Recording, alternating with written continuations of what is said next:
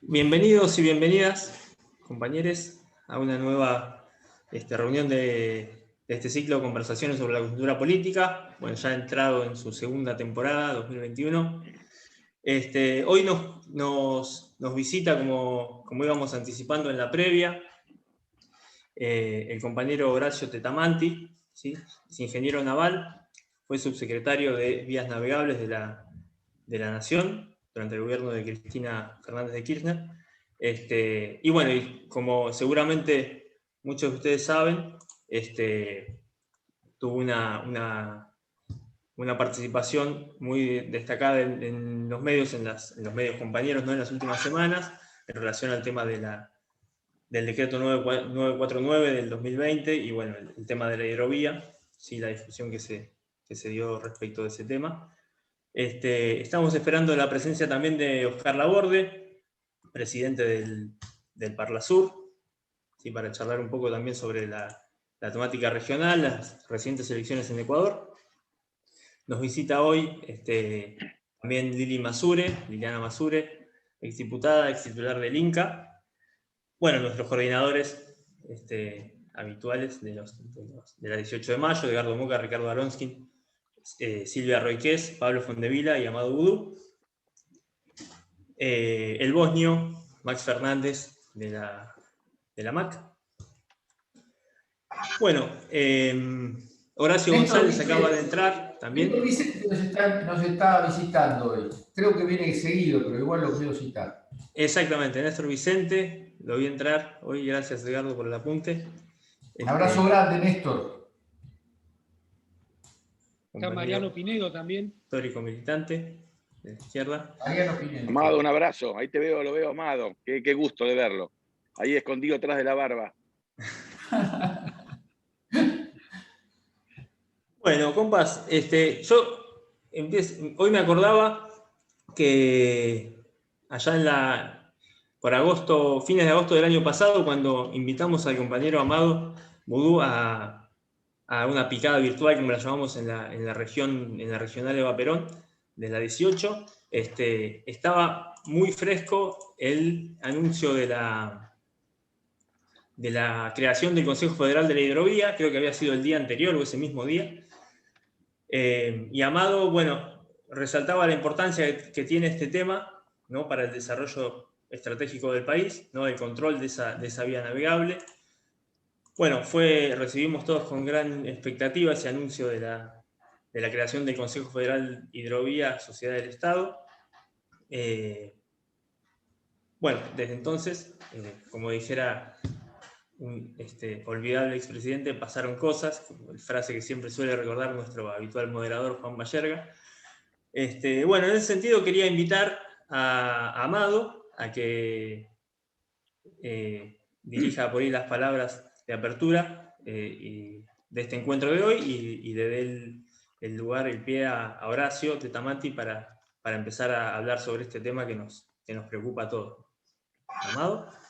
Bueno, muchas gracias, muy buenas noches.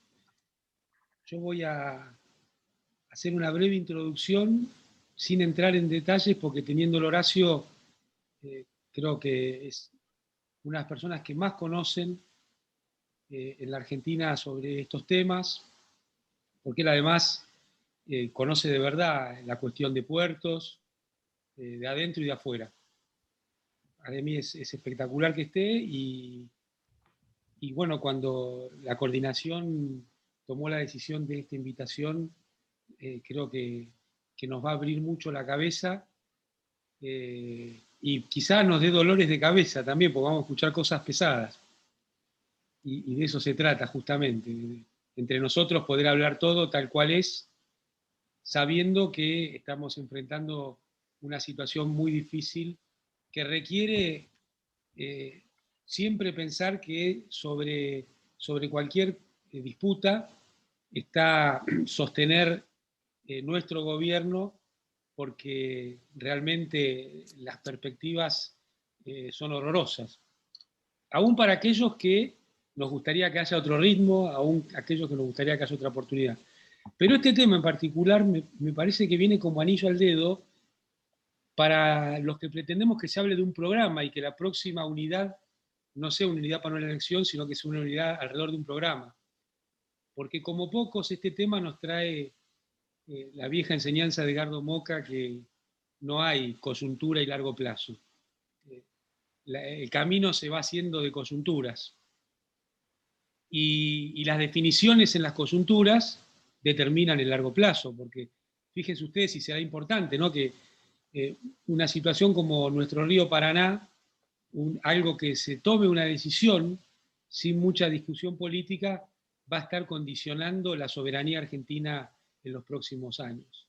Y me atrevo a decir la soberanía argentina, porque este tema a nosotros nos viene preocupando hace mucho. Miren, en la Argentina el Día de la Soberanía se festeja o se celebra o se recuerda la batalla de la Vuelta de Obligado, que es el mismo tema que vamos a hablar hoy. Y tiene, yo te diría, una cuestión global prolongada, porque cuando las flotas de Francia e Inglaterra, allá por principio del siglo XIX, andaban haciendo sus correrías, no fue un hecho aislado lo que sucedió en el río Paraná.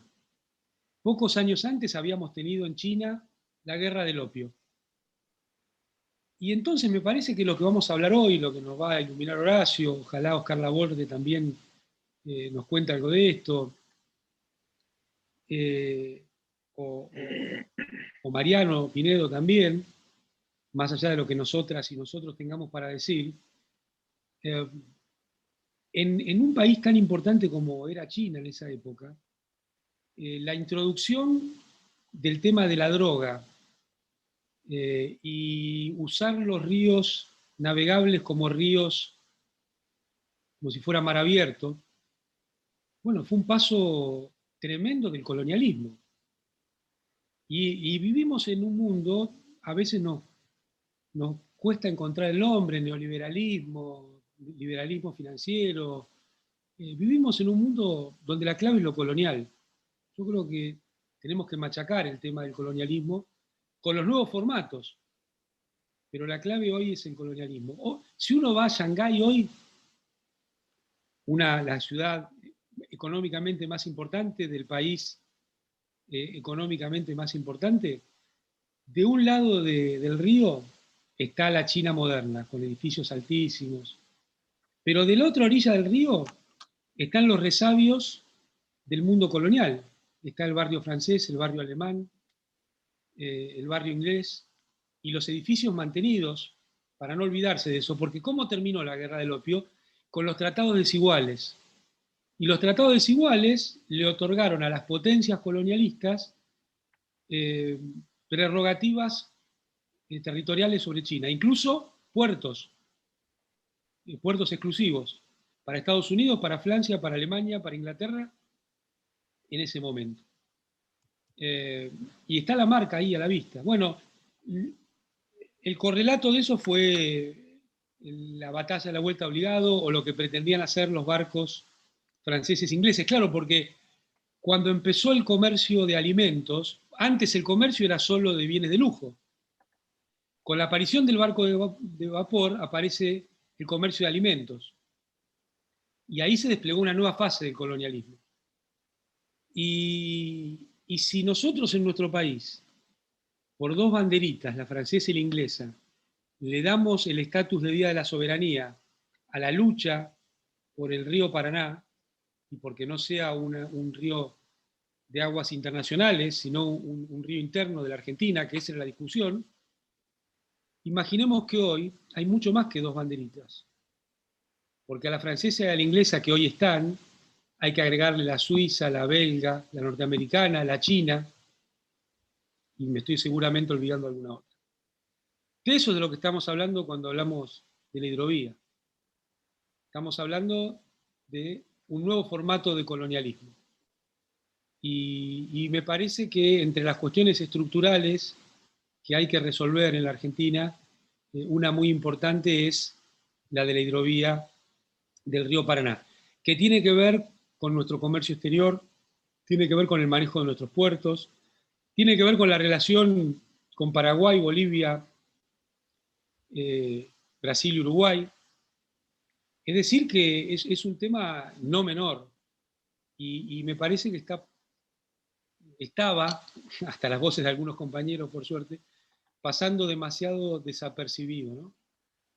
Entonces, Pablo Fondevila, siempre recordamos cuando los ingleses, con muy buenos modales y con el 5 o'clock tea, le cortaban la mano derecha a las hilanderas del virreinato de la India para que estuvieran obligadas a mandar la materia prima y no poder competir con Manchester en la confección de telas. Así que bueno, me encanta que estemos hablando de esto, me encanta que nos volvamos a encontrar y bueno, creo que hoy vamos a aprender muchas cosas y para poder trabajarlas más y mejor en el debate público y en la construcción militante. Muchas gracias. Gracias, Amado. ¿Me puedo permitir un bocado de historiador antes de darle la palabra a Tetamanti? El artículo que rige la navegación de los ríos interiores es del 53 y permanece inalterado hasta hoy. Dice, la navegación de los ríos interiores es libre para todas las banderas y con sujeción a los reglamentos que dicte la autoridad, únicamente. Solo la Constitución del 49 le agregó en cuanto no contraríe las exigencias de la defensa, la seguridad común y el bien general del Estado. Y eso, bueno, con la suspensión por decreto de la Constitución del 49 y hasta hoy en día permanece así, inalterado, ¿no? Así que, bueno, es un flor de tema para el cual, bueno, es más que pertinente la invitación al compañero Horacio Tetamanti. Bueno, perdón por la licencia. Y adelante, Horacio. Bueno, gracias por la invitación. Y bueno, para mí es un honor que me hayan invitado a compartir algunas reflexiones con un tema muy importante. Yo les traigo dos cosas que dijo Amado y que dijiste vos que no son menores.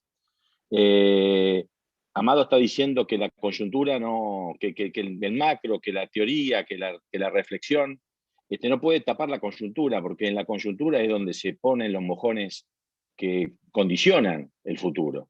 Y no son todos los días las ventanas que se abren donde hay que definir cuestiones que son determinantes para el futuro de Argentina. Por eso cuando nosotros alumbramos y leímos, cuando se alumbró ese decreto 949, y lo leímos rápidamente y nos dimos cuenta que estábamos frente a una cuestión de extrema gravedad y que debía ser señalado, que nuestra obligación era señalarlo en virtud de la magnitud que tenía esa determinación.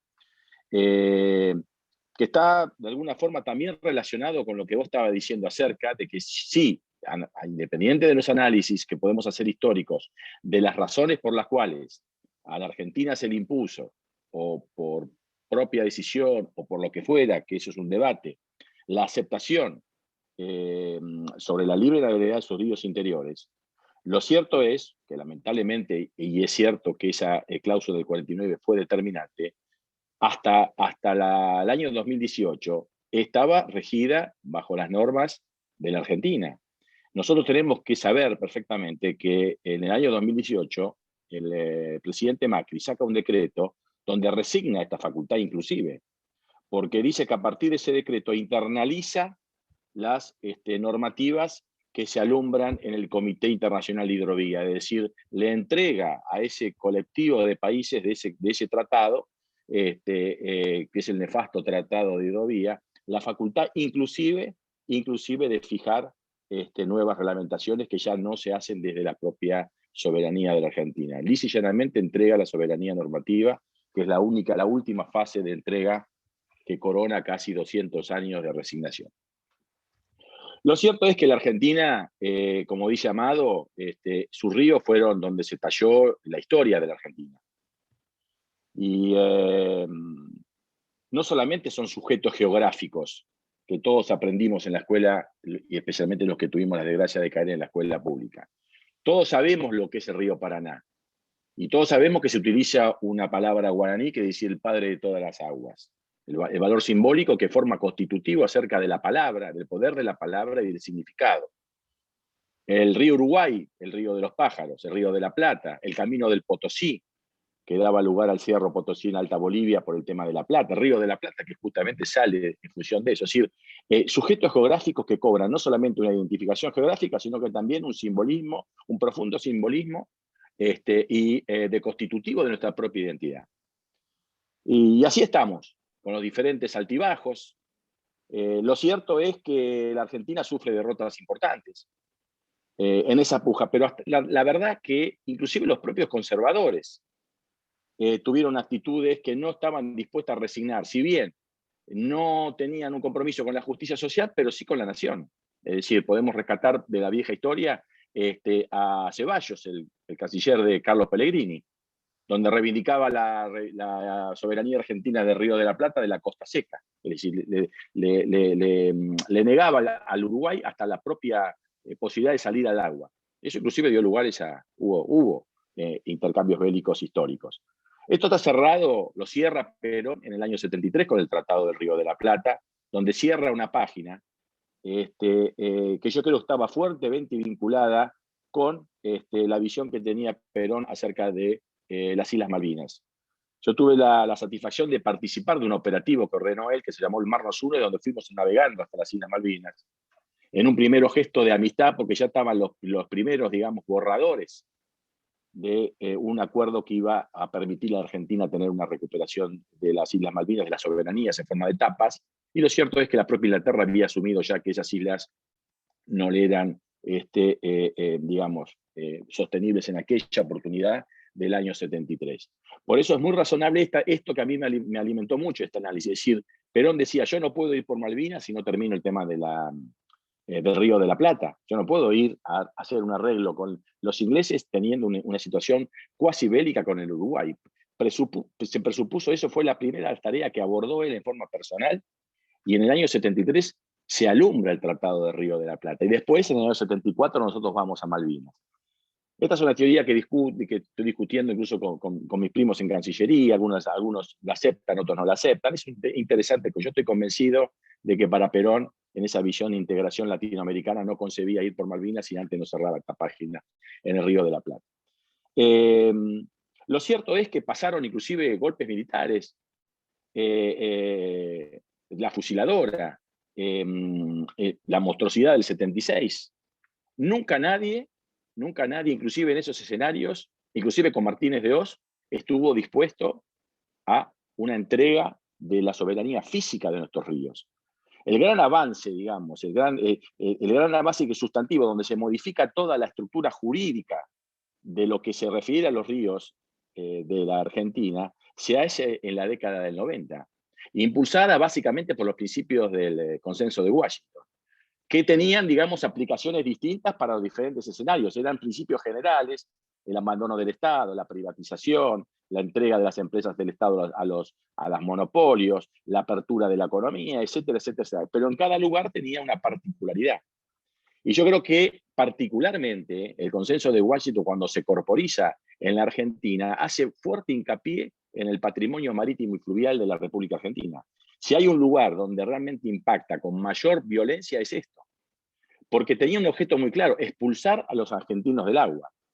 Porque antes de entregar el Paraná a las multinacionales cerealeras o de entregar el Atlántico Sur a la visión logística de Inglaterra y su visión geopolítica, que ya no era más la del 73, por supuesto, sino que había cambiado radicalmente, inclusive obviamente después del conflicto bélico, tenía que primero, digamos, transformar toda esa cuestión, y ningún gobierno, salvo el de Menem, avanza con la ley Dromi, donde ataca fundamentalmente a GP, la destrucción de ELMA, la destrucción de la flota fluvial del Estado, el abandono absoluto del Estado de toda la estructura portuaria de la Argentina, que se provincializa, se privatiza, la desaparición de los buques de bandera, y finalmente, por supuesto, de lo que es mi especialidad, la industria naval. Obviamente, sin buques y sin puertos y sin vías navegables, no tiene ningún sentido la industria naval. Eso queda demolido en esa década del 90.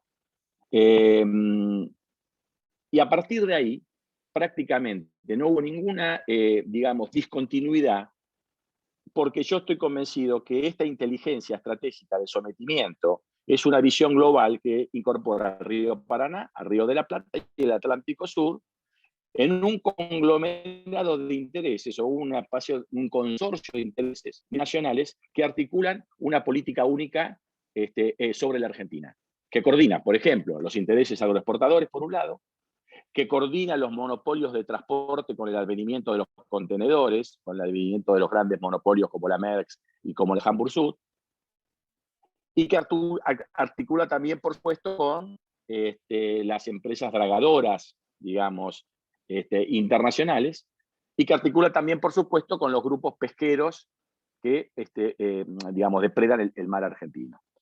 Estos se reparten estas, llamemos, planes de negocio y articulan una comunión de intereses y funcionan y financian conjuntamente a todos los medios. No va a haber prácticamente no hay ningún medio independiente en temas marítimos, son todos loros que repiten exactamente lo mismo. La Nación, Clarín, Infobae, etcétera, etcétera, etcétera. Inclusive con sus ramificaciones en pseudos páginas o lo que fuera especializadas. Crean especialistas ad hoc, ignotos nombres extranjeros que vienen con grandes títulos a darnos los grandes beneficios sobre los puertos libres, sobre la ciudad de puertos, sobre la apertura, sobre la containerización, sobre los buques de bandera, etcétera, etcétera, etcétera. Invaden y dominan. Crean la ficción del puerto de Buenos Aires, que es un enclave fundamental estratégico para enclavar este modelo. Obviamente, si a los argentinos nos expulsan del agua, nos obligan a recostarnos en el único forma modal de transporte, porque hay tres grandes formas modales de transporte: por carretera, por trenes o por agua. Es evidente que si nos expulsan del agua, nos sacan los barcos y los puertos y las vías navegables, y si nos desmantelan los ferrocarriles, no tenemos ninguna otra forma de hacer logística a través de camiones. Y lo que se trata de lograr, entonces, dos grandes bloques portuarios, que es importante lo que dice Amado, es decir, Hong Kong y esos grandes puertos eran los monopolios que impedían a China no poder comerciar si antes no aparecía el intermediario, que la forma mejor de consolidarse a través del dominio portuario. Entonces se generan esos dos grandes polos: el puerto de Buenos Aires, bajo la ficción de Puerto Federal, y el gran polo Rosario-Santa Fe. Esos son los grandes polos portuarios, lo demás se abandona completamente.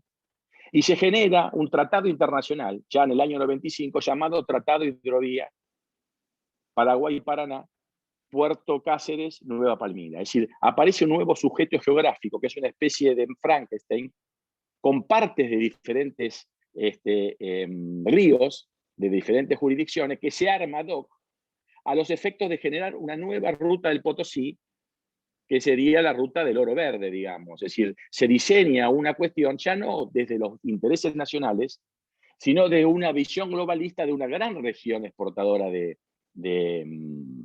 proteína vegetal, ya no solamente formada por Argentina, sino sumándose Paraguay y Brasil y en algunos casos Bolivia, y generando una logística extractiva al servicio de un modelo, digamos, regional, exportador de materia prima, y a eso se le da el significado. Y después se deja solamente el puerto de Buenos Aires a los efectos de ir la otra vía. Tenemos una vía de exportación y después tenemos una vía de importación. Como exportamos commodities, importamos valor agregado a través del elemento moderno que irrumpe también en la década del 90, que también es un subproducto del consenso de Washington, que es la containerización del transporte, del comercio, donde se coloca al puerto de Buenos Aires como el monopolio y terminal de una estructura camionera para el resto de las Argentinas. Ahora también hay una cosa muy cierta acá. Lo que cuesta un peso trasladarlo por agua, cuesta 10 en un ferrocarril y cuesta 100 en un camión. Con lo cual, la Argentina sometida y, digamos, confiscada su posibilidad de articular una matriz logística normal, porque si agarramos Estados Unidos, que tiene mucho menos recursos fluviales que la Argentina, el agua interviene más del 20% y el tren más del 40%. En la Argentina, el 85% de la logística está explicada por los camiones, un poco más del 10% en ferrocarril y solamente el 1% por agua. O sea que eso obliga a no solamente los costos de vida asfixiantes en los vectores lejanos de la capital federal, que por un lado pone un estado permanente de costo de vida donde el producto cuesta menos que la cruza de la logística, porque imagínate llevar por agua, por camión, hasta Tierra del Fuego la leche, por más IVA liberado, por lo que fuera. Y por otro lado, por supuesto, clausurar las posibilidades de exportación de las economías regionales. Yo le doy un ejemplo simplemente como un funcionario que me tocó con mucha angustia la presencia en mi oficina de unos exportadores de carne de oveja de Puerto Deseado, que habían logrado, es un producto muy valioso, muy demandado, que tenía que sacar desde Puerto Deseado. Ahora, no tenemos barcos de bandera, nos implantamos a Montevideo del Medio, y esta gente decía, necesitamos exportar, no puedo pagar el costo de traer, porque hay que tener la logística inversa. Si para que alguien puede llenar un contenedor refrigerado con carne de oveja, tiene que llegar primero el vacío.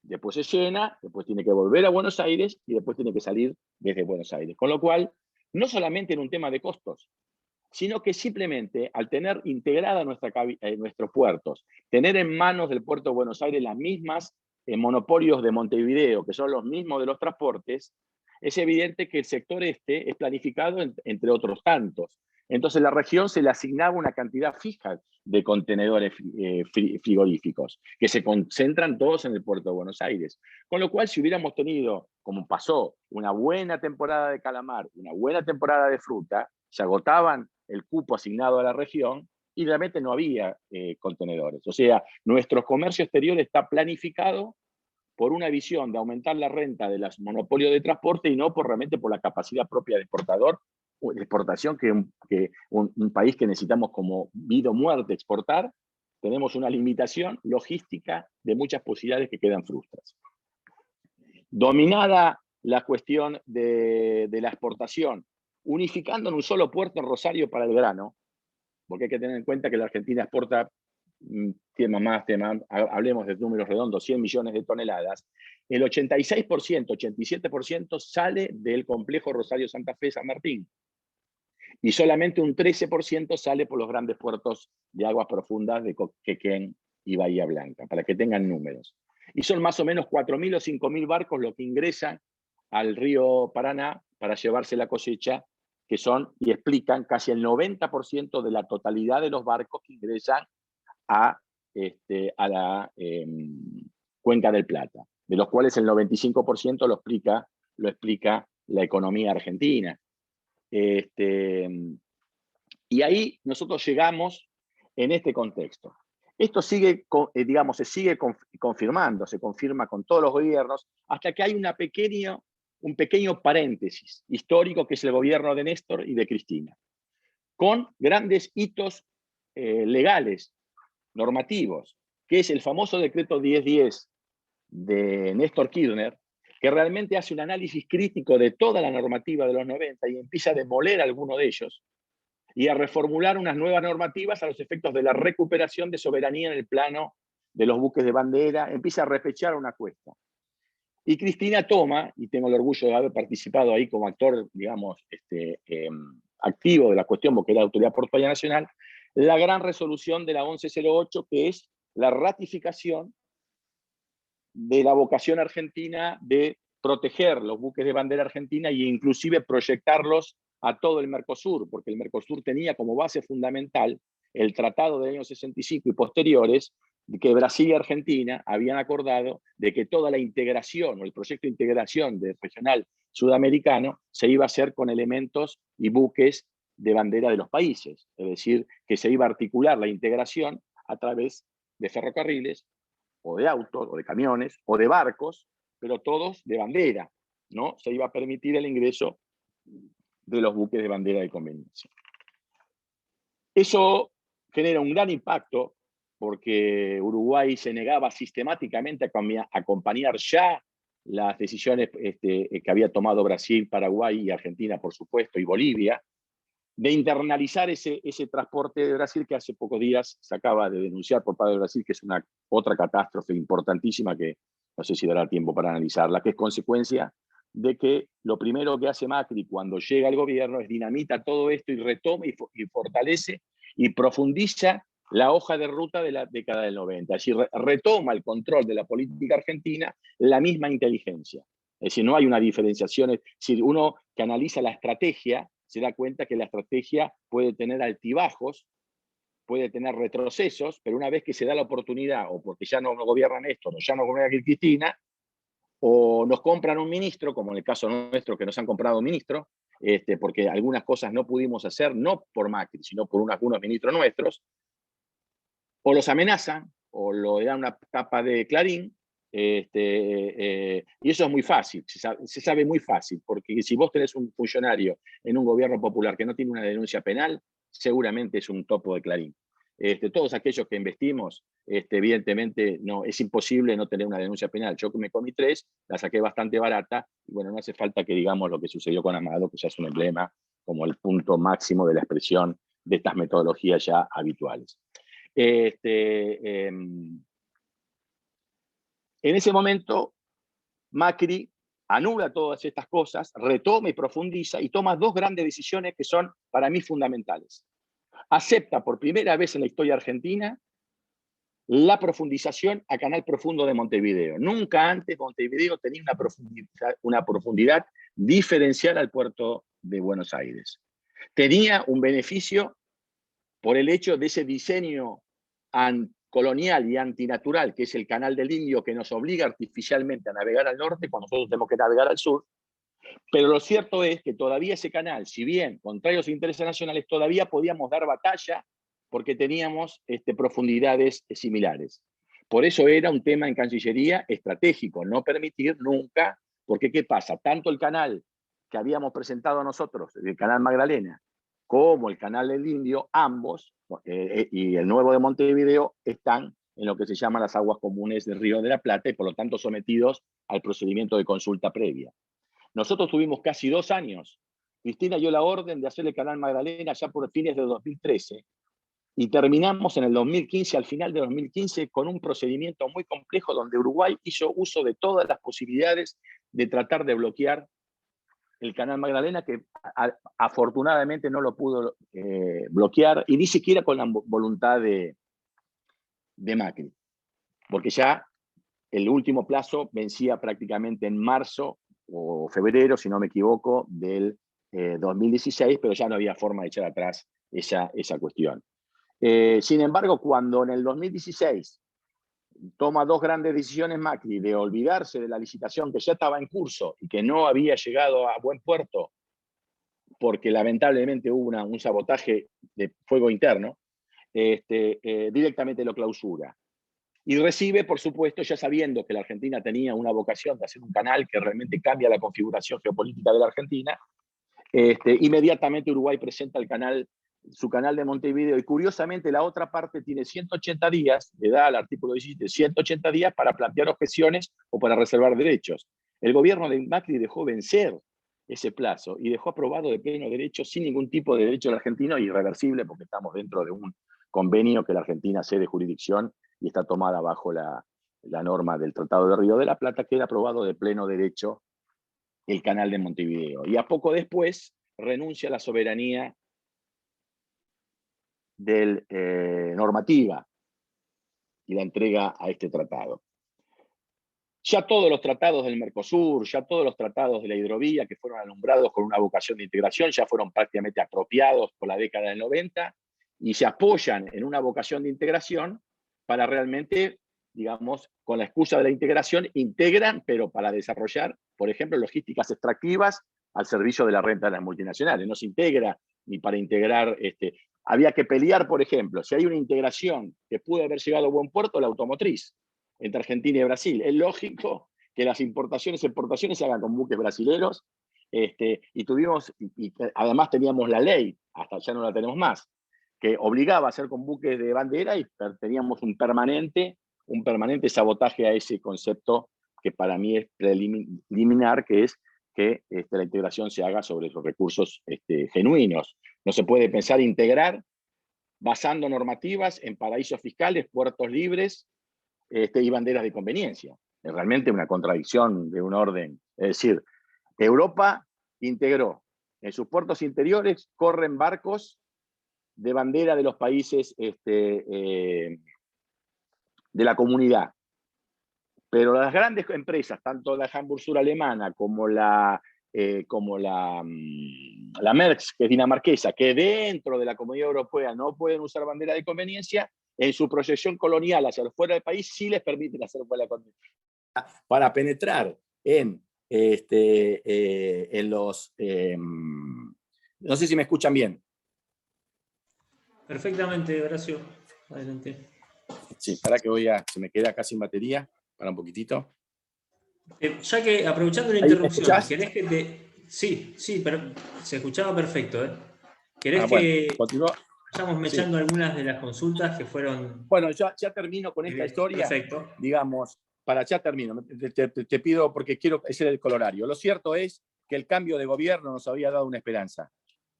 Nos preocupa que la primera medida que toma Meoni es renovar las concesiones del puerto de Buenos Aires. Después aparece una reunión en Rosario que merecería una reflexión, que es un aire nuevo de la vocación de volver, que el Estado vuelva a tomar el Paraná.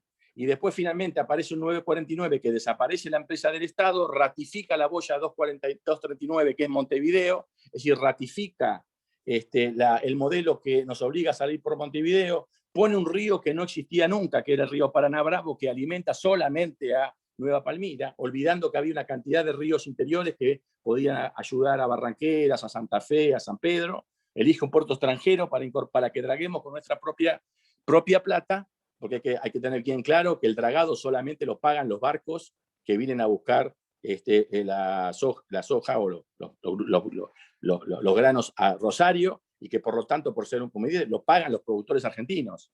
Sin embargo, la soja brasilera y paraguaya, que baja por el Paraná, pagado por los productores, se va a Nueva Palmira sin pagar absolutamente nada, y es un buen negocio para las exportadoras. Es legítimo y es válido, yo haría lo mismo. A esas exportadoras no le importa que la soja sea brasilera, argentina, uruguaya o paraguaya. Le interesa que sea lo más barato posible. Con lo cual, si hay unos tipos que son tan bondadosos, que mantienen un río y pueden usarlo gratis, otra exportación de otro lado, la usan gratis y le bajan el precio a nuestros productores. Bueno, el 949 arrasa contra eso. Uno cuando lee los considerandos es prácticamente una apología de la década del 90, totalmente contrario a lo que era el considerando de la 1010, que era un análisis crítico, lo reafirma, utiliza una ley que fue creada por la patria contratista para privatizar las rutas, utiliza como marco jurídico para privatizar el río Paraná. La verdad que una falta de respeto histórica. Y eso nos permitió preocuparnos seriamente y empezó la historia que empezó. Y ya corto. Bueno, muchas gracias, Horacio. Clarísimo esta primera intervención. Bueno, primero, anuncio ahora sí el ingreso del compañero Oscar Laborde, presidente del Parlasur. Yo los abandono un minutito y estoy de vuelta. Bueno. Avisar contar lo que todos ustedes vieron por el chat, que tuvimos algunas visitas no deseadas, unas visitas no gratas. Ya obviamente Juan con sus reflejos hizo lo que sabe hacer, ya no están. En ese sentido, pedir disculpas si en ese contratiempo con los trolls se nos pasó alguna pregunta en el chat. No sé si Horacio me estará escuchando para transmitirle las preguntas. Supongo que sí. Si el gobierno puede volver atrás con el decreto o hace falta intervención del Congreso. Si puede explicar bien el tema de la boya sobre el canal Magdalena. Otra que podemos agrupar respecto del puerto de Quequén, ¿sí? ¿Cuál es su situación? Y otros preguntan lo mismo, algo similar respecto del puerto de San Antonio, Bahía Blanca, Mar del Plata. El tema de las aduanas ilegales y el control o descontrol por parte del Estado, eso me parece que quedó bastante respondido, al igual que la pregunta acerca de qué de lo que hizo Menem en los 90 se revirtió, en qué medida durante el gobierno de Néstor y Cristina. Eso me parece que también quedó respondido. Un compañero me preguntaba por privado si puede hacer mención al concepto de la mesa de arena de la estrategia británica. No sé a qué se refiere, pero me generó curiosidad a mí también. la estrategia británica en el Atlántico Sur, el concepto de la mesa de arena. Dice el compañero que viene escuchándolo a Horacio en distintas charlas.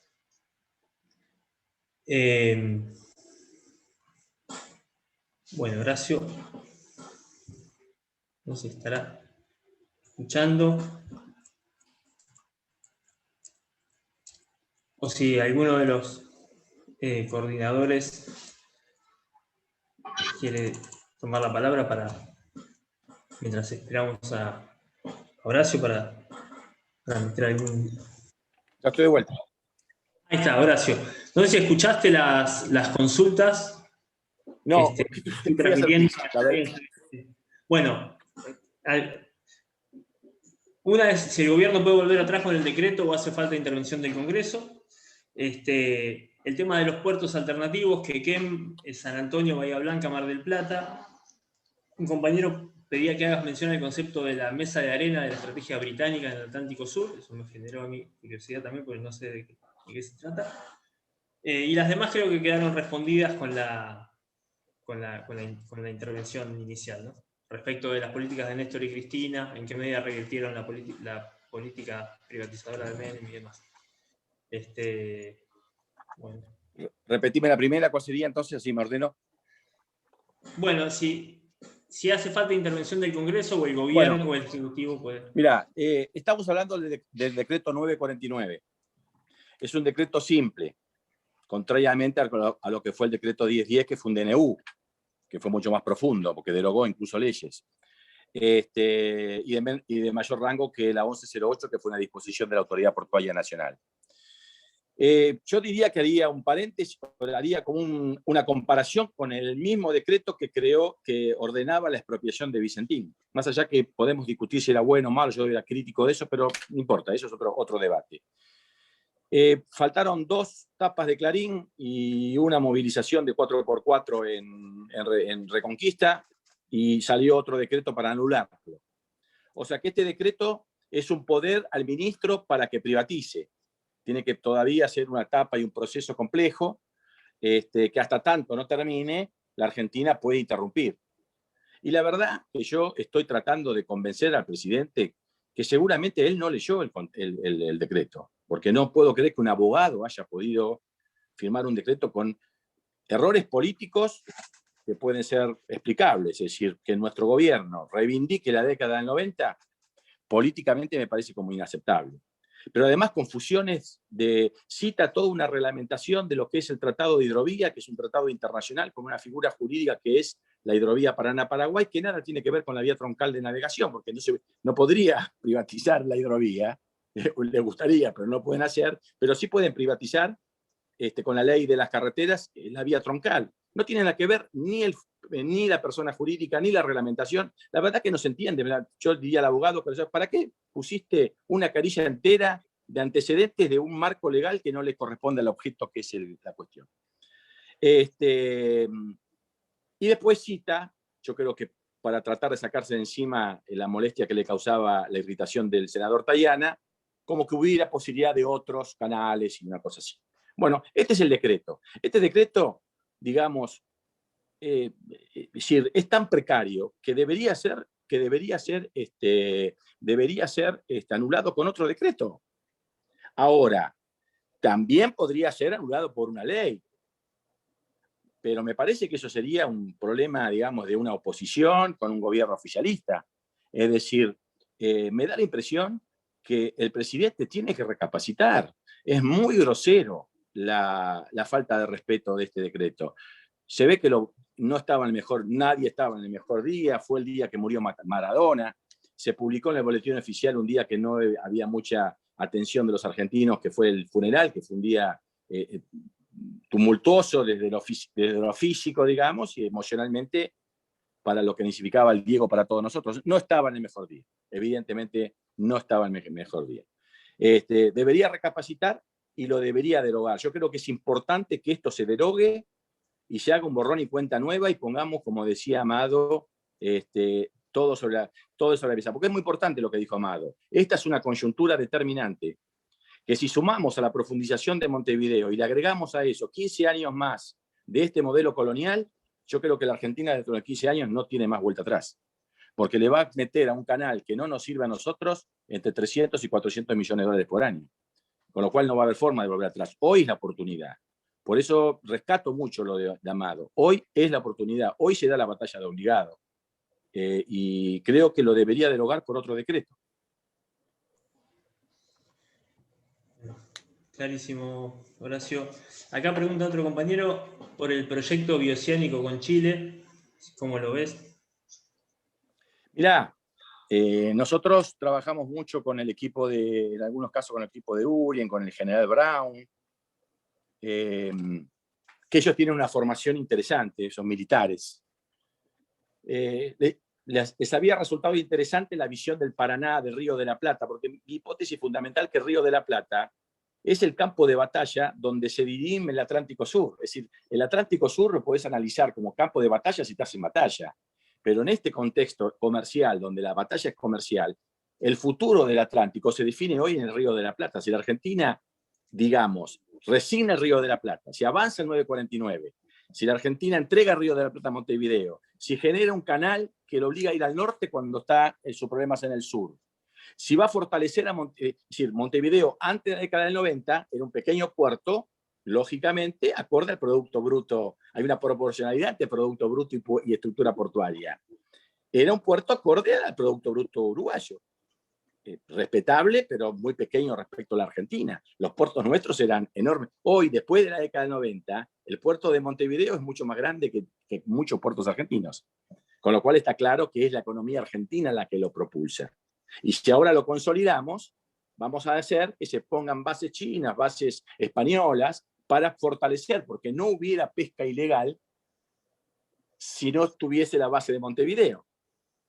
Y si no hubiera pesca ilegal, no habría financiamiento para las islas, porque las islas no es cierto que dan permisos de pesca, le ponen nombre de permiso de pesca. Lo que es una protección militar, porque ese barco pesca en la zona económica exclusiva argentina y por lo tanto es infractor a la 24922. O sea que es un barco que cuando viene navegando por cualquier lado, cuando la Argentina le acredite que tiene derecho a apropiárselo porque es un infractor. No lo hace porque está en la potencia militar. O sea que en realidad no es un permiso de pesca, es una protección militar para que pueda infringir la ley argentina y pueda pescar. Y eso le da plata y financiamiento. Y eso existe porque está Montevideo. Y Montevideo existe porque está el Punta Indio y no está el Magdalena. Y eso está porque está Nueva Palmira. O sea, esto, y contesta la otra pregunta, me parece. Esto es una mesa de arena que involucra todo el escenario del Atlántico Sur, con el pasaje bioceánico, con la proyección antártica, con la pesca, con los hidrocarburos, con la proyección en los nuevos territorios ahora asumidos por proyección continental, los nódulos minerales, etcétera, etcétera, etcétera. Pero también toma el Río de la Plata y también toma el control logístico estratégico del comercio exterior. Y también toma el río Paraná con el control estratégico de la proteína vegetal. Y este escenario, para nuestros adversarios legítimos, porque son adversarios, tienen socios que tienen diferentes nichos de negocio. Es decir, la Cargill es un nicho de negocio que no tiene nada que ver con el de la Merckx. Y no tiene nada que ver de los monopolios portuarios. Y no tiene nada que ver con las empresas petroleras. Y no tiene nada que ver con los explotadores de pesca. Sin embargo, a todos les conviene que este estatus se instale para que la Argentina quede marginada de las aguas en los ríos Paraná, privatizadas ahora, y que realmente su proyección sin el Río de la Plata, la Argentina está muy difícil de poder cotejar o confrontar con una articulación de políticas entre Punta Arenas, Puerto Stanley y Montevideo. Por eso es bastante irracional para los de afuera decir Argentina dice de boca para afuera que quiere reivindicar su Malvinas, que quiere reivindicar su pesca, y cuando le llega el momento por acto propio, en vez de hacer un canal que va al sur, lo manda al norte. Es decir, si sale el rompehielos de Buenos Aires, el Irizar, tiene que navegar hasta Montevideo, pedir permiso que le bajen los prácticos y después de recién de ahí ir a la Antártida. Parece muy esquizofrénico, mirado de afuera, si estos muchachos realmente no somos muy amenazantes en nuestra vocación de recuperar nada. Bueno, por eso siempre el general Brown, planteaba, no lo voy a hacer a Sol porque lo voy a hacer un poco de oído, que hay un planteamiento geopolítico que domina Sudáfrica, la isla Ascensión, el pasaje bioceánico, donde articula claramente que hay fuertes intereses ingleses en el dominio logístico de esta zona, que evidentemente vamos a tener que pujar, obviamente, no va a desaparecer, pero realmente lo poco que tenemos, que es el Río de la Plata, lo entregamos por acto propio. Las islas lo ocuparon por la fuerza, pero el 949, salvo que haya algo, por eso es impresionante, yo soy un mero militante con algún carguito que tuve, tenemos un vicepresidente de la Nación, y siempre a mí me preguntan, no, acá hay grandes acuerdos secretos, yo creo que no hay nada, yo creo que somos un país de boludos, pero lo va a contestar Amado, ¿viste? Porque siempre se explica, no, acá hay grandes entregas, hay grandes firmas, hay grandes convenios secretos. Yo la verdad, no, me gustaría que eso no lo explique Amado, porque va a ser para mí extraordinaria esta oportunidad de tenerlo a él, un vicepresidente de la República, excepcional oportunidad para que me saque esta duda. Entonces claramente está estos intereses, ¿me entendés? Y articulan una pequeña mesa de arena, para ellos la mesa de arena es el mundo entero, donde realmente nos expulsan del agua y nos dominan por abajo, por el Río de la Plata y por el Paraná.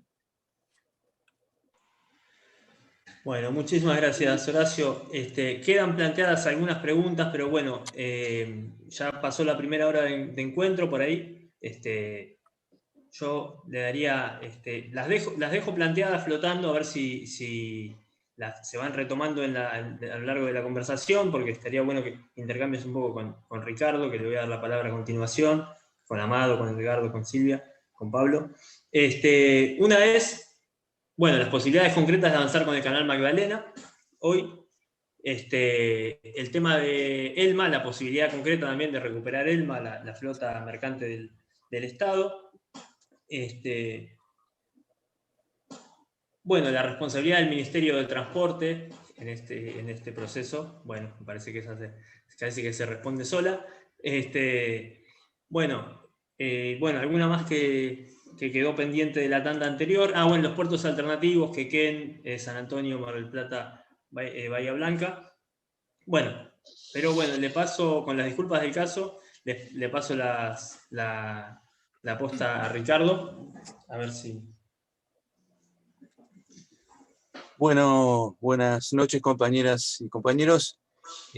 Bueno, Horacio, tu exposición tiene una potencia extraordinaria porque me parece que pone de manifiesto varias cuestiones, ¿no? Una muy importante es cómo en la Argentina venimos muy, muy débiles con la cuestión nacional, ¿no?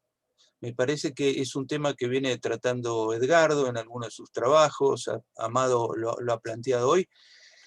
Es claro que Argentina desde los 90 sufrió un ataque, pero muy profundo a la nación, ya prefigurado en el golpe del 76, pero en los 90 es el momento de oro del neoliberalismo local, es el desmantelamiento de nuestro Estado productor, es la entrega, vos lo marcaste en varias oportunidades, nos remitiste a los 90 porque ahí hay un momento fundacional del desmantelamiento de la Argentina como proyecto nacional, y me parece que nos cuesta enormemente remontar esa situación. Me parece que todavía no ha habido una revolución nacional dentro del movimiento nacional, en el sentido de focalizarnos claramente en las cuestiones estratégicas que hay que abordar para que Argentina no sea mantenida artificialmente en la pobreza. Porque lo que vos acabás de contar, y lo podemos vincular a muchas otras cuestiones donde perdemos plata a lo loco en la Argentina, en la pesca, en la minería, en los hidrocarburos, en los cereales, todo eso está casi a la vista, son miles y miles y miles de millones de dólares anuales que nos permitirían revertir completamente esta situación de postración económica, de pedigüeños internacionales, de estar teniendo que llamar al fondo. Quiero decir, hay una artificialidad en la pobreza argentina. Es una pobreza, es un estado de postración ficticio, a partir de no asumir, como cualquier otra nación, el control de sus recursos básicos.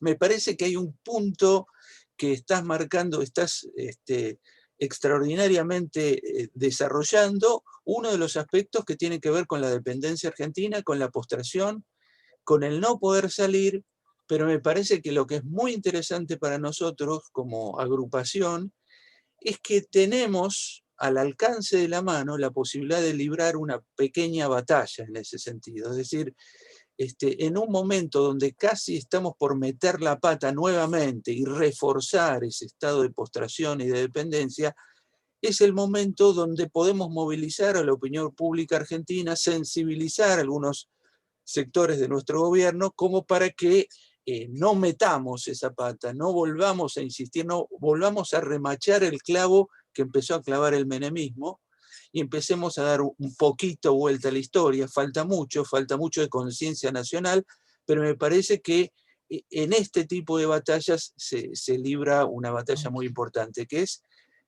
dejar de empobrecer a la Argentina, dejar de tener las venas abiertas por donde se van todo tipo de recursos que podrían implicar un desarrollo nacional muy fuerte en un país que tiene los recursos y tiene las posibilidades y que se ha especializado casi en desperdiciarlos,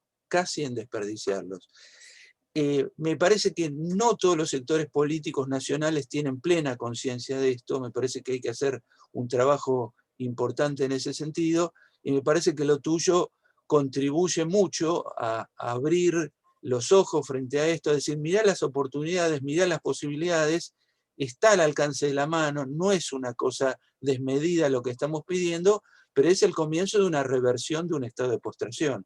Así que te agradezco enormemente la presencia y yo te he visto en otros medios también señalando esta problemática, y es el momento de generar conciencia y es el momento de generar una reacción política para revertir el 949 y entrar en otra lógica de construcción de la nación.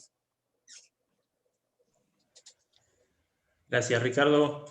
Dejo flotando otra pregunta sobre la resolución 33 del Ministerio de Transporte, si cambia en algo esta cuestión del 949, hizo un compañero Luis Dir, por privado. Y le quería pedir una reflexión a Horacio González, darle nuevamente la bienvenida. Tocayo de Tetamanti. Bueno, buenas noches. Creo que fue muy impresionante la exposición y me permito ligarla a los momentos en que la vida cultural vinculada a la política argentina, otras exposiciones de esta densidad, de esta espesura, llamaron la atención popular hacia dilemas semejantes a esto. Por ejemplo, las exposiciones de Raúl Scalabrini Ortiz en relación a los ferrocarriles, la vía de transporte alternativa a la vía marítima, en un tono muy parecido, es un tono de recuperación de la soberanía nacional, entendida como un usufructo democrático por parte de la población de sus recursos naturales, de sus recursos simbólicos, de sus recursos de lenguaje. Digo recursos de lenguaje porque también la expresión hidrovía, como el otro día señalaba Mempo Giardinelli, viene a reemplazar a la expresión Paraná. Es cierto que la seguimos pronunciando, hidrovía del Paraná, pero la expresión tecnológica viene a suplantar a la expresión idiomática que concentra todo lo que podríamos llamar lo que nos apela como argentinos. Como eso es lo que está en discusión, me parece que la exposición de Tetamanti es perfectamente vinculable desde el punto de vista de cómo está informada, de cómo se pone el énfasis en un reclamo y en un llamado, de cómo ese llamado está dirigido con toda la prudencia del caso, pero no sin la intensidad que corresponde al gobierno nacional. Y al mismo tiempo lo quiero cotejar también con las investigaciones sobre la deuda externa de Olmos, en fin, con la tradición argentina de denuncia de todo aquello, lo que muy bien sintetizó Ricardo Aroskin en relación a las potencialidades nacionales, que deben ser también potencialidades democráticas, y todo lo que un un gran esquema mundial que no atinaríamos a designar muy bien, porque la palabra imperialismo, colonialismo, neocolonialismo, todas caben, pero ahora hay novedades importantísimas desde el punto de vista tecnológico, donde el Paraná tenía, digamos, el casus belli del Paraná era el Río de la Plata. A modo simbólico, la batalla del Río de la Plata con los navíos que vienen de las Malvinas contra el acorazado que representaba la tecnología nazi alemana, el Graf Spee, que es una gran batalla muy significativa porque el puerto de Montevideo interviene de una manera decisiva también ahí. Me refiero a algo que totalmente no tocó y que eventualmente es una pregunta hacia él, que es el sistema de represas.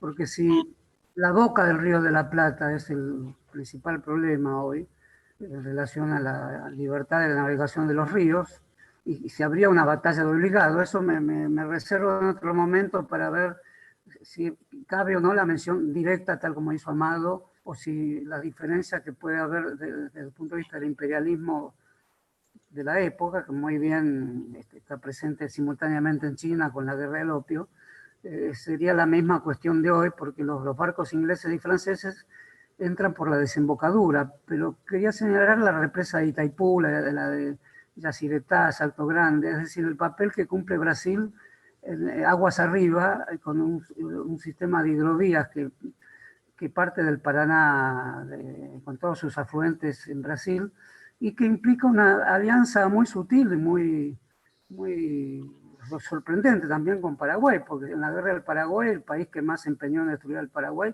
fue Brasil, aunque la Argentina tiene una fuerte responsabilidad.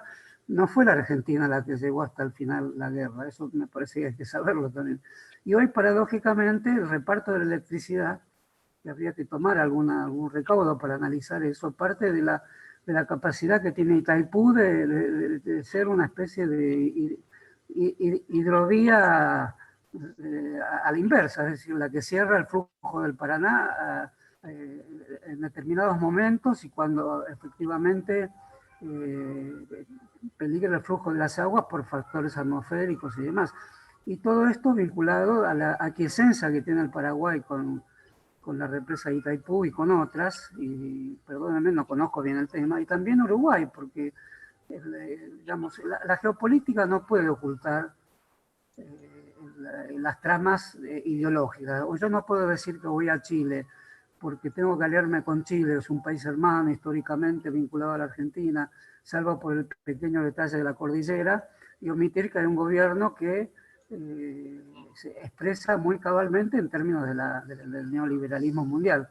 Llámese como se llame de una manera mejor a este gran fenómeno.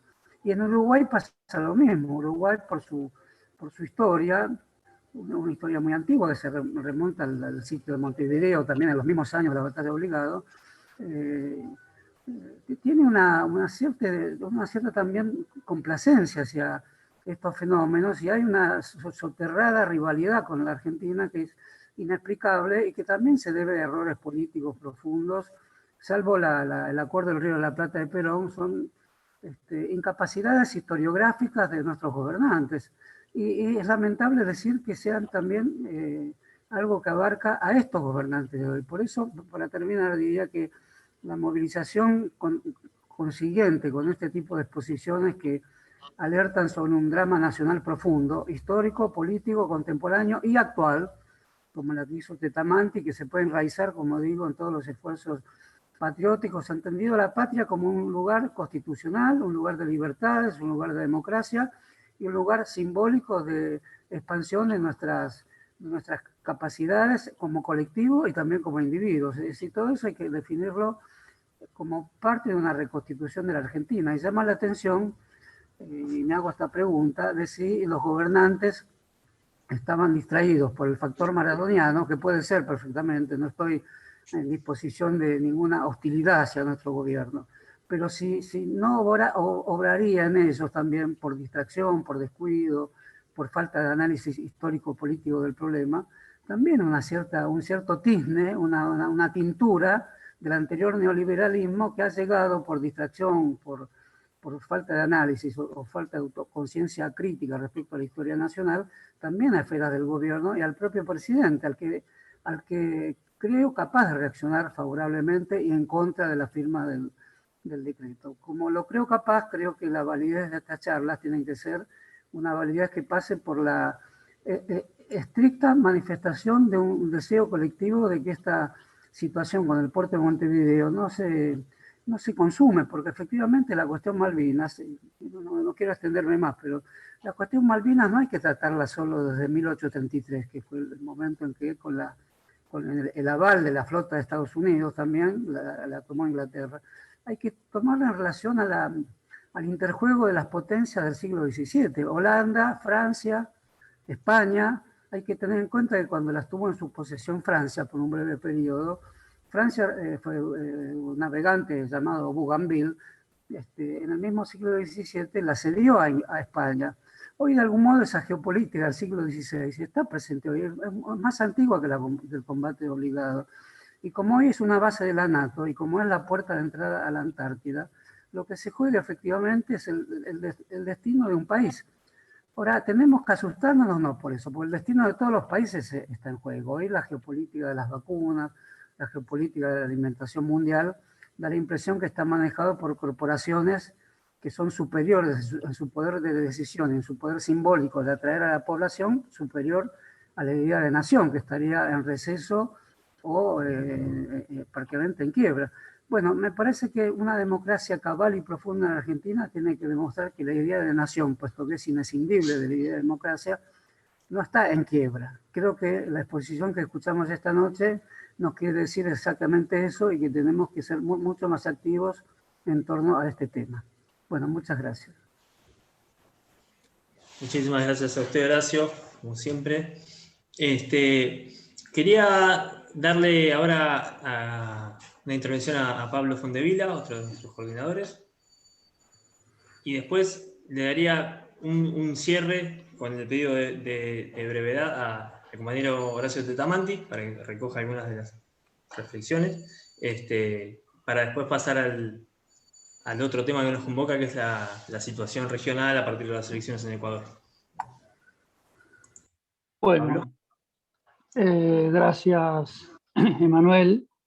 Gracias a todos por estas reuniones que nos permitimos para una reflexión profunda sobre la coyuntura argentina, los avances y los retrocesos a los que estamos sometidos como cualquier país que trata de sobrellevar el infortunio de un escenario internacional que es claramente atentatorio de la igualdad entre los países, pero también dentro de las sociedades, ¿no es cierto? Porque si algo se ha profundizado sistemáticamente durante muchas décadas es la desigualdad. Y nosotros pertenecemos a un movimiento que hizo de la igualdad el gran objetivo de sus luchas y de sus batallas. Desde ya, por supuesto, que cuesta mucho aportar cosas después de la brillante exposición que hizo Horacio Tetamanti, conmovedora, como decía Horacio González también recién, por la profundidad en la que denuncia el estado de cosas. Y nada, simplemente me llama poderosamente de nuevo a la reflexión respecto de esa extraña situación que tiene la Argentina, que es un país en el contexto regional que ha sabido cuidar grandes valores, que ha sabido generar un movimiento nacional y popular que dio grandes batallas y tuvo grandes éxitos, aunque también sufrió poderosas derrotas, y que ahora está claramente desafiado de nuevo, ¿no? Yo quiero traer a colación dos conceptos que me parecen importantes. Uno de ellos que Ricardo Aroskin, en algunos de sus artículos recientes, en los cuales habla con mucha crudeza de la verdadera realidad que estamos atravesando, menciona una expresión que supo acuñar Aldo Ferrer, que era la de los problemas de la densidad nacional. O sea, cuánto acumula un país cultural y políticamente hablando y socialmente hablando para defenderse o para progresar en el camino de la igualdad y de la justicia. Y el segundo concepto, el hecho de que estas cosas, estas situaciones que acabamos de comentar o que estamos comentando y situación por la que estamos atravesando, tiene que ver con algo que también rescato las contribuciones de Edgardo, por supuesto, nos asemejan o nos mantienen en una condición que yo llamaría semicolonial, ¿no? Porque tenemos todas las formalidades de la autonomía, pero estamos extraordinariamente condicionados por las presiones y por las presiones de adentro, de lo que sería, digamos, el universo de los adversarios de la patria, siendo también nacidos en este suelo o teniendo intereses vinculados a la Argentina, ¿no es cierto? Que son los cipayos, básicamente, ¿no? Y de su extraordinario poder en el sistema mediático y desde ya en el sistema judicial. Así que yo quiero retomar, digamos, la propuesta de Horacio Tetamanti en el sentido de que cabe usar toda la inteligencia posible para lograr que nuestro gobierno haga conciencia del gravísimo error que implica sostener el 949, revise esa posición, aclare también las cosas con quienes lo han promovido o quienes son los ejecutores inmediatos, porque nosotros tenemos un frente político muy amplio que reúne, por supuesto, a distintas vertientes, digamos, del pensamiento político, social, económico, y eso está muy bien. Pero lo cierto es que el Frente Nacional siempre se define por la conducción. Y independientemente de cuál sea la amplitud que abarque, que es algo siempre deseable, también es deseable que la conducción tenga una absoluta claridad de cuáles son los objetivos centrales que nos juntan a todos y por lo tanto cómo se va construyendo el rumbo a través del día a día. Así que me parece a mí que lo central es que todos nosotros pensemos hoy, como lo estamos haciendo, y los próximos días, qué más podemos hacer para que esto no se consolide. Porque yo creo que fue un error haberse vuelto atrás con el tema Vicentín, y creo que no debemos acostumbrarnos a retroceder cuando intentamos defender el interés nacional. Y ser así, sí, claramente comprensivos de que cuando cometemos errores tenemos que rectificarlos para no perder el rumbo de lo esencial.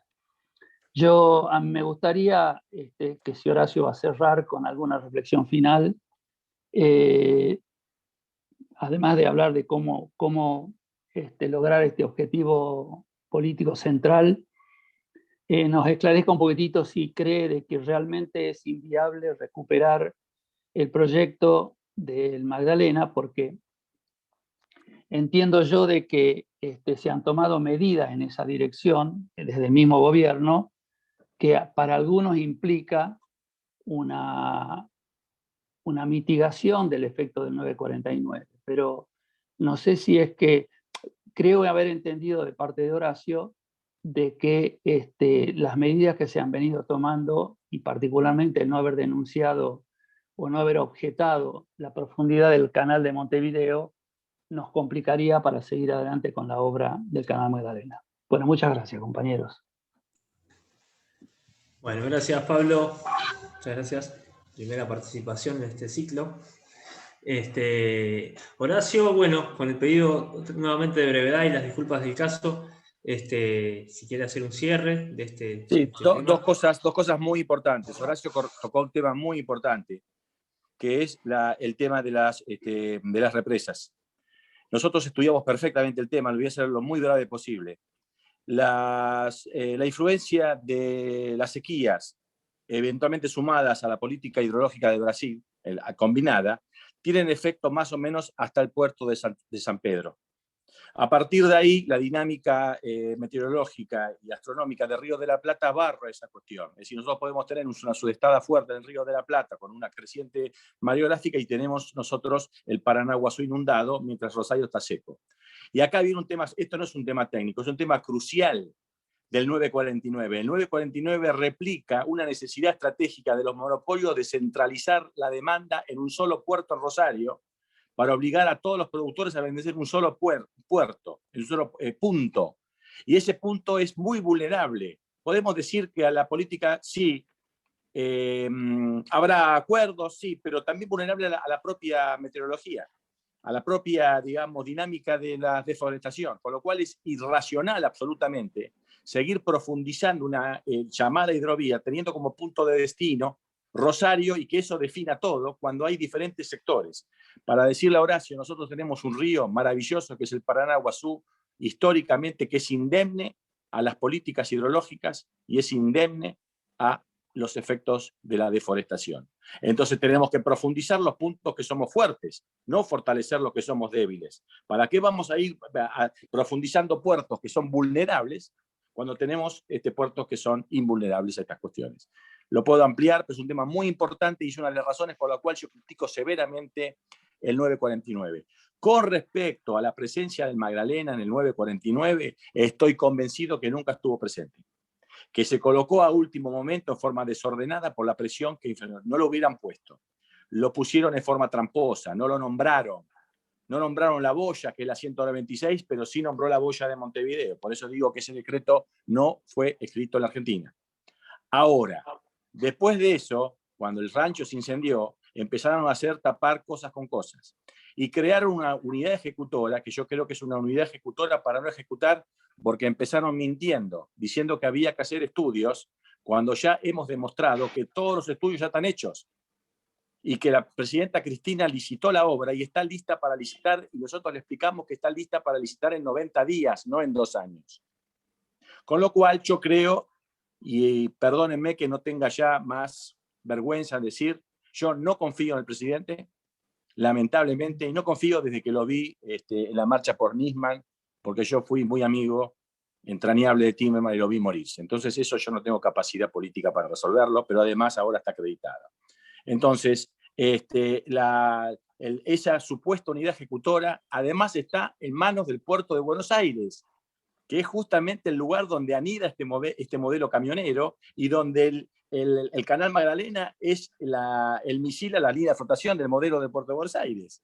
O sea, poner al Puerto de Buenos Aires, pagar el Magdalena, es como poner en el arco de Boca a Gallardo, digamos. Es una cosa que no tiene ninguna explicación.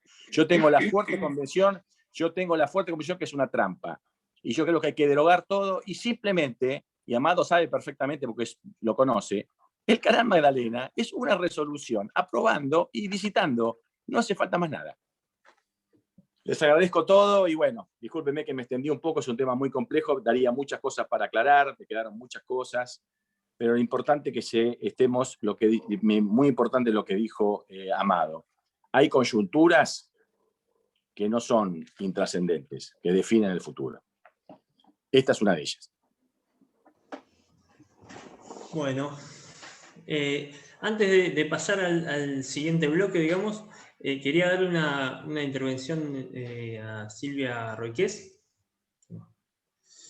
Hola, ¿cómo les va? Muchas gracias, Horacio. La verdad que llega a ser hasta espeluznante escucharte y me deja una gran preocupación, pero también una reflexión con respecto a el trabajo que se hace desde lo que es la soberanía, que tiene que ver también con una lógica de razonamiento de ese pensamiento hegemónico, colonial, donde nos muestra una historia o una realidad totalmente fragmentada, sin mirarnos como sujetos históricos que vivimos en una coyuntura, que vivimos con una realidad, y que en esa fragmentación de la realidad que permanentemente nos muestran, no estamos pudiendo mirar esa soberanía tal como la has presentado, o sea, el futuro del Atlántico, lo que está pasando, lo que planteó Ricardo, también la entrega de todo un Estado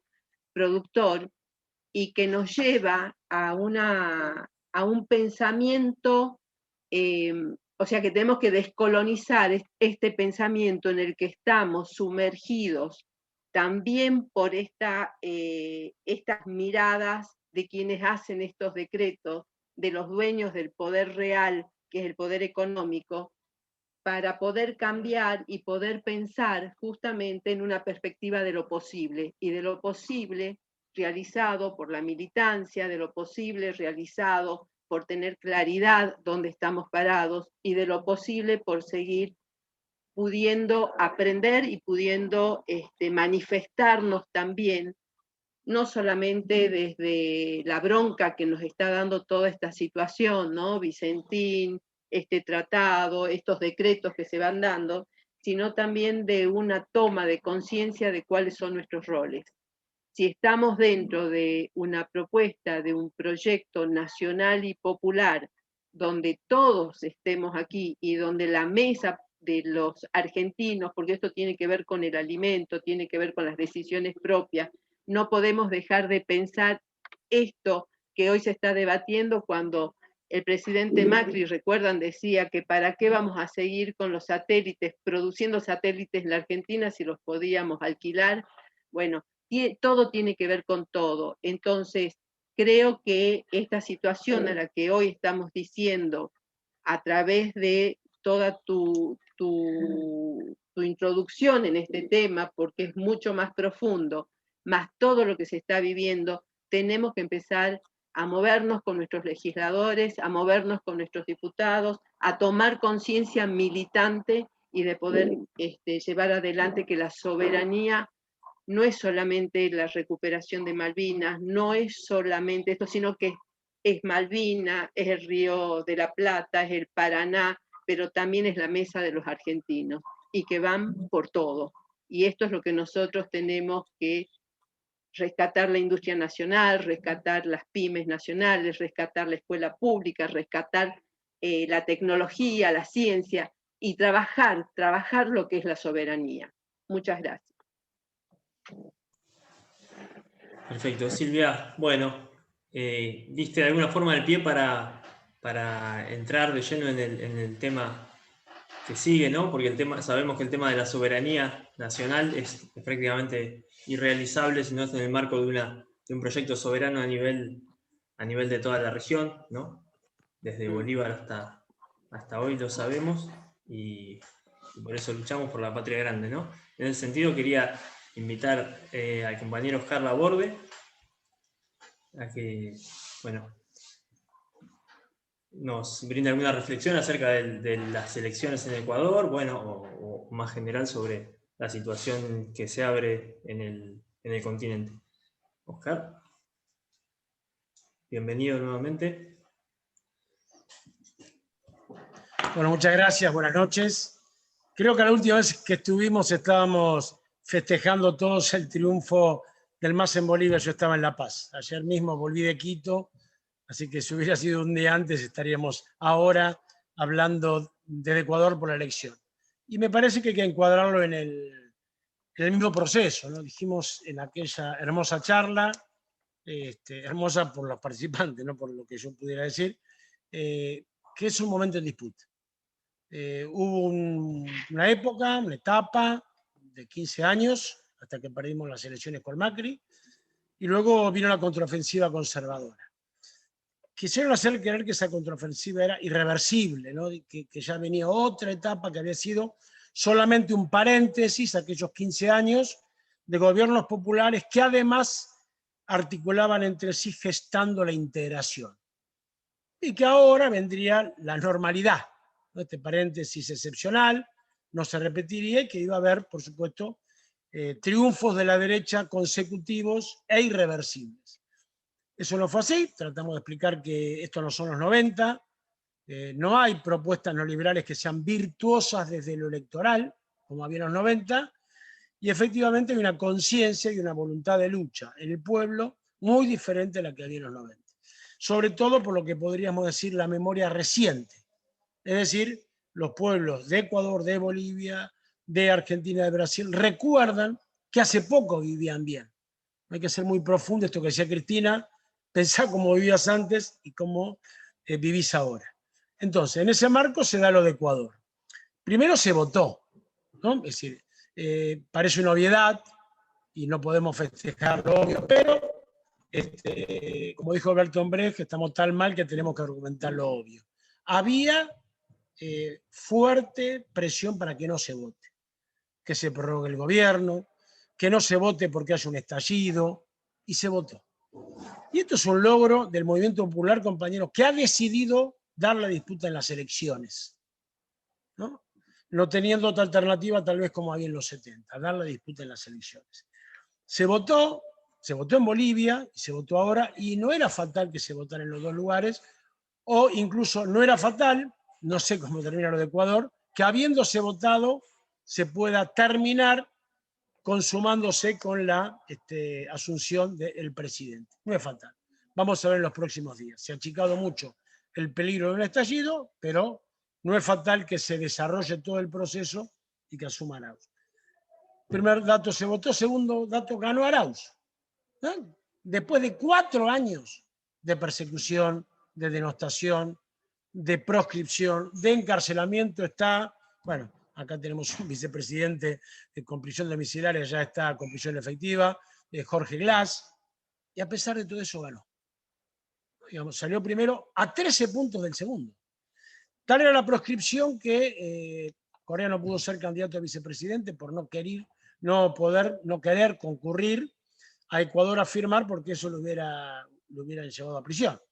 Él, aunque no lo dice la Constitución en la ley, podría haber aceptado el cargo desde la distancia por este medio virtual con un escribano, y no quisieron. No fue candidato a vice, no pudo. Prohibieron de la propaganda la imagen de Correa, prohibieron la voz de Correa, y un planteo de los directores del Consejo Nacional de impugnar a la hermana de Correa porque llevaba el apellido de Correa. No prosperó, pero demuestra la agresión que hay contra todo lo que trata de recordar eso. Sin embargo, la Revolución Ciudadana optó por participar, ¿no? Y acá también vemos una tendencia dentro del movimiento popular. Cuando se proscribió a Lula en Brasil, el PT resolvió participar. Pudo haber desconocido la elección y luego desconocido el régimen, como se hizo acá en los 50-60. En Bolivia la proscripción de Evo podría haber hecho reflexionar al MAS para no participar en las elecciones y luego desconocer el régimen. Y acá lo mismo. Ellos podrían haber dicho, Correa tiene todas las de la ley para participar, entonces nosotros, si no va Correa, no participamos. El movimiento popular, no de manera académica, no de manera acordada, pero está resolviendo enfrentar esta forma de interrupción que tiene la derecha, tratando de evitar que los líderes se expresen electoralmente, votando igual, ¿no?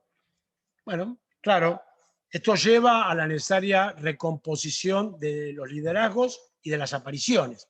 Eso es un problema, pero se decidió votar. Y sacó 32,4%, una gran elección, le sacó 13 puntos al segundo. Bueno, sacó menos de lo previsto, pero le sacó 13 puntos al segundo, ¿no? Quien quisiera, ¿no? Digamos, a quién no le gustaría sacar esa diferencia, pero con inteligencia pusieron el eje en que iba a ganar en primera vuelta, cosa que nunca dijo Andrés Arauz. ¿Y cuál era el problema con el segundo? Desconociendo el dato principal de cualquier elección, de que quién salió primero. Pachacuti, que es un partido, como ustedes saben, de base indígena. En Ecuador el 25% de la población es de origen indígena. Sacó el 19%. Con Yacu Pérez, un personaje complejo, complicado, se llamaba hasta los 40 años Carlos Pérez, después se puso Yacu Pérez y le dio al movimiento Pachacuti, un partido que tiene muchos años, nunca se había presentado a elecciones solo, sino que había sido solamente aliado de Palacios, de Gutiérrez en la elección. 19%, un porcentaje importante, y 16% sacó Javier Herbas de la Izquierda Democrática. Acá hay una autocrítica en el correísmo porque se concentró demasiado esfuerzo en conseguir los votos propios. Ese 34% es el núcleo duro, muy importante. Un núcleo duro muy grande es el núcleo propio. Y tal vez allí en la candidatura de Yacu y en el propio Pachacutic, y mucho más en Izquierda Democrática, hay un voto que podría haber confluido con el del correísmo. Acá hay 12 cuentas que se pueden hacer. Si uno mira las propuestas neoliberales, claramente las propuestas, no los candidatos, no podemos saber finalmente quién es Javier Herbas o qué es Yacu Pérez, pero las propuestas eran propuestas antiliberales. Las propuestas liberales sacaron el 20% y las propuestas antiliberales sacaron el 65%. Claro, hay otra forma de mirarlo. ¿Cuántos son correístas y cuántos son anticorreístas? Que ese va a ser el eje de la segunda vuelta. Nosotros tratando de plantar el eje neoliberal o popular, y ellos van a plantear el eje Correa o anticorrea. De hecho, hay una intención de Yacu Pérez, más allá de que ha discutido fuertemente con Lasso, porque dice que le robó la elección, de hacer un acuerdo de los tres candidatos, Yacu Pérez, Javier Herbas y Lasso. Lasso sacó el 20%. Es decir, la propuesta neoliberal clara, 20%. Por eso, compañeros, no es virtuoso electoralmente el neoliberalismo. No es como los 70, que con la propuesta neoliberal puede ganarse y ser reelecto, y hasta ganar una reforma constitucional. Ahora tienen que disimularla, y lo que van a hacer es disimularla en esta pelea con Correa. En Ecuador se dio estos tres elementos que marcaban aquella charla que dimos aquel jueves. El movimiento popular, para poder aspirar a ganar, tiene que tener tres elementos. Tiene que producir movilización en su país, el movimiento popular. Bueno, en Ecuador claramente la hubo, en Bolivia la hubo, en Argentina lo hubo y también lo hubo en la propia elección. Tiene que hacer unidad y amplitud. Lo conversamos con Edgardo Moca al aire el otro día en su programa de radio. Una cosa es la unidad, que cuando yo me junto con los propios, y otra cosa es la amplitud, donde yo me junto a los que no son como yo. Claro, las dificultades que tenemos cuando construimos la amplitud, ustedes la han relatado dolorosamente en la parte anterior, pero sin unidad y amplitud no se puede ganar. Si no hay movilización, no se puede ganar. Y es interesante cómo el movimiento popular está encontrando la manera, lo habíamos visto cuando fue lo de Bolivia, cómo suplanta los liderazgos, cómo convive el liderazgo tradicional con los candidatos, ¿no? Nosotros decíamos la otra vez que Cristina había hecho en una sola movida, había roto dos límites del movimiento popular. Uno era la maldición del 40%. ¿Sí? Lula, Evo, Correa, Cristina, tenía 40%. Era una maldición, porque después perdíamos o se perdía en la segunda vuelta. Eso lo rompió con la amplitud. Y lo otro era que era muy difícil suplantar a los líderes, porque el poder, la derecha, lo que hacía era golpear a los líderes, a Lula, Correa, a Cristina, a Evo, para que eso sea un elemento muy importante que siempre tuvo el movimiento popular, los liderazgos. Entonces se encuentra donde en Argentina Cristina no encabeza el binomio, en Bolivia no participa Evo en el binomio y en Ecuador no participa Correa en el binomio. Esos tres elementos son los que pueden hacer que se gane. Brasil no está cumpliendo esos elementos. La dispersión de la izquierda en las elecciones municipales fue muy grave. Fue la peor elección del PT y la peor elección de la izquierda en general. Y va a suceder en Perú también. En Perú va la izquierda dividida. Vamos a una disputa entre el fujimorismo y la derecha que expresó Vizcarra en el gobierno, el vizcarrismo, podríamos decir. Sin ninguna posibilidad que la izquierda, dividida en 3 o 4 pedazos, pueda incidir. Hay que ver qué pasa en Chile.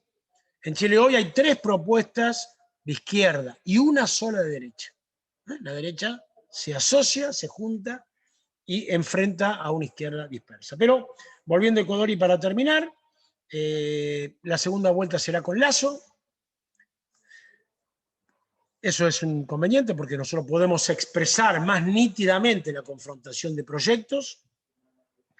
Nosotros vamos a plantear, nosotros porque es de nuestra fuerza, la dicotomía, digamos, propuesta popular, propuesta neoliberal. Ellos van a plantear la dicotomía correísmo o no. No hay seguridad, digamos, de quién puede ganar. Tiene grandes posibilidades Arauz, sobre todo porque Lasso es el enemigo perfecto, se podría decir. Y está tratando de hacer, tal vez lo tenía que haber hecho antes, ellos mismos hacen esa autocrítica, con la base de Izquierda Democrática y con la base de Pachacutic, poder hacerle planteos de integración o por lo menos hacerle propuestas atractivas para la elección. Veremos el 11 de abril, que es la segunda vuelta. Gracias. Bueno, gracias a vos, Oscar, por la claridad de siempre en el panorama. Hoy le vamos a dar el cierre a Edgardo Moca, pero antes quería invitar a Amado, si quiere meter otro bocado de la reflexión. Con muchas ganas el cierre de Edgardo. Solamente quiero decir que hoy la Corte volvió a jugar en política. El presidente habló el fin de semana y la Corte le aplicó un 280 a una causa de Milagro Sala en la cual ya tiene cumplida la condena, ya la cumplió. Le aplicó el 280 solamente para contestarle al presidente y nuestra fuerza debiera tomar nota de esto, por las presas y los presos políticos y por la persecución a Cristina Fernández de Kirchner. Bueno, contundente el comentario. Edgardo. Bueno, gracias. Gracias a Horacio y gracias a Oscar, porque esta reunión ha sido de un aprendizaje notable. Por supuesto, gracias también a todos los demás compañeros y compañeras que usaron la palabra. A mí me quedó reforzada en esta reunión una sensación que yo vengo teniendo muy fuerte en los últimos tiempos, que es el de la centralidad de la cuestión nacional. Reforzada que está por la experiencia que venimos haciendo, que viene haciendo el mundo en las condiciones de la pandemia. Si algo faltaba para que toda la verborragia globalista del neoliberalismo de los 80, 90 se derrumbara, podríamos decir que es la experiencia de la pandemia. No hay ni un solo mérito que haya acumulado las organizaciones internacionales, la colaboración, la supuesta libertad de movimiento, que en realidad es la libertad del movimiento de los capitales, y hemos visto renacer, en algunos casos con furia, y en muchos casos desde posiciones de derecha, a los estados nacionales.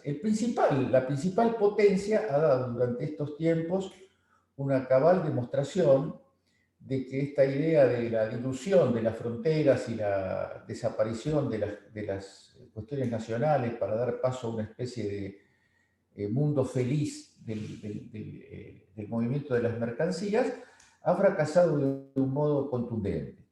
Y yo rescato mucho las dos o tres reservas que hizo Horacio González cada vez que mencionaba la cuestión nacional, la asociaba a la idea democrática de la cuestión nacional. Y me quedé pensando a partir de esas reflexiones de Horacio que nosotros recuperamos la democracia en el año 1983 en el momento cumbre de nuestra depresión nacional. A mí me tocó, por razones que no vienen al caso, estar en delegaciones internacionales, cruzarme acompañado de otros compañeros del país, y la sensación era que los argentinos habíamos desaparecido como entidad nacional. La derrota de Malvinas, la barbarie militar de Malvinas y la derrota consecuente, nada menos que en una cuestión identitaria central, como es la recuperación de la integridad territorial, que eso y no otra cosa es la cuestión Malvinas, había producido una especie de sensación de que éramos los peores del mundo. Voy a saltearme muchos pasos. Mientras digo esto, estoy pensando en la escritura que tengo que hacer de esto, porque en un lapso corto como el que tenemos en este momento, que tiene que ser así, por otro lado, no puedo recorrerla. Pero nosotros tuvimos una década del 90 en la que el sistema de partidos políticos argentinos era antinacional, neoliberal, antinacional. Menem hacía las cosas, pero la oposición radical y también la oposición de centro-izquierda, cosa que no queremos recordar porque muchos de nosotros, yo entre ellos, participé de esa oposición de centro-izquierda. La cuestión nacional era una palabra prohibida. La palabra nación era la convocatoria a los demonios del autoritarismo, a los demonios de la violencia, a los demonios de la intolerancia. Y ese asunto lo estamos pagando de una manera cruel ahora. Porque nosotros tenemos hoy una pelea política con un sector de la oposición que nosotros solemos caracterizar como neoliberal. Y está bien caracterizarlos como neoliberal, pero ese neoliberalismo es hijo de la sensación de cosmopolitismo, de regreso desde lo nacional. Solamente se puede, alcanza con hablar de lo que se dijo sobre el tema de las vacunas, la vacuna rusa, la invasión rusa, y la cuestión nacional obviamente no viene al caso cuando se trata de laboratorios multinacionales controlados por los americanos, ¿no? Entonces yo creo que gran parte de la cuestión del programa, del discurso, de las cosas que tenemos que ir reconstruyendo sobre la base de lo alcanzado en 2019-2020. Yo quiero hacer un subrayado de esta cuestión. Nosotros partimos de la crítica de las políticas de este gobierno con las que no estamos de acuerdo, articuladas necesariamente, por lo menos es mi punto de vista. En nosotros es un exceso por ahí, pero yo creo que nosotros básicamente estamos de acuerdo en eso, que todas esas críticas las hacemos partiendo de que la premisa fundamental para avanzar en un proceso democrático, popular en la Argentina, es la defensa del gobierno, la defensa del gobierno de Alberto y de Cristina Kirchner, porque fuera de ese espacio, a pesar de algunos ilusos que creen que la crisis del gobierno nuestro puede dar lugar a una explosión popular democrática, yo creo que fuera de eso está el abismo. Y es complicado hablar así, porque nadie quiere extorsionar, nadie quiere silenciar, nadie quiere ahogar las voces de la protesta y de la crítica sobre la base de que es esto o el caos. No es esa la intención. Pero todo el mundo sabe que en Argentina no está la tensión entre este gobierno y una coalición popular democrática superadora. Lo que está amenazando, lo que está enfrentando, lo que se está jugando es si nosotros podemos prolongar, profundizar y darle mejor sentido a lo que estamos protagonizando, a lo que inventó Cristina Kirchner el 18 de diciembre de 2019. Fuera de eso yo no veo ninguna perspectiva. Entonces, yo creo, no sé si vamos a estar en condiciones, porque tampoco se trata de un documentalismo, la agrupación nuestra no es documentalista, pero sería bueno hacer público unas líneas basadas centralmente en la intervención de Horacio, y por supuesto complementada con otras que hubo, sobre la importancia cardinal que tiene este problema de la hidrovía. Porque este problema de la hidrovía, como también el llamado problema de Vicentín, está vinculado a 3.000 millones de dólares, no sé si Ricardo me corrige la cifra, o más, 3.000 millones de dólares que deberían entrar al patrimonio argentino y se los chorea el contrabando legal de los poderosos de la Argentina. Más o menos es así. Si no son 3.000, serán más, no creo que sean menos. Entonces, esto tiene que ver con la entraña del problema nacional, porque acá estamos en un problema de que salimos de una pandemia, salimos con muchas dificultades, y tenemos que reparar y resarcir muchas heridas que se fueron creando. Y las tiene que resarcir el gobierno nuestro.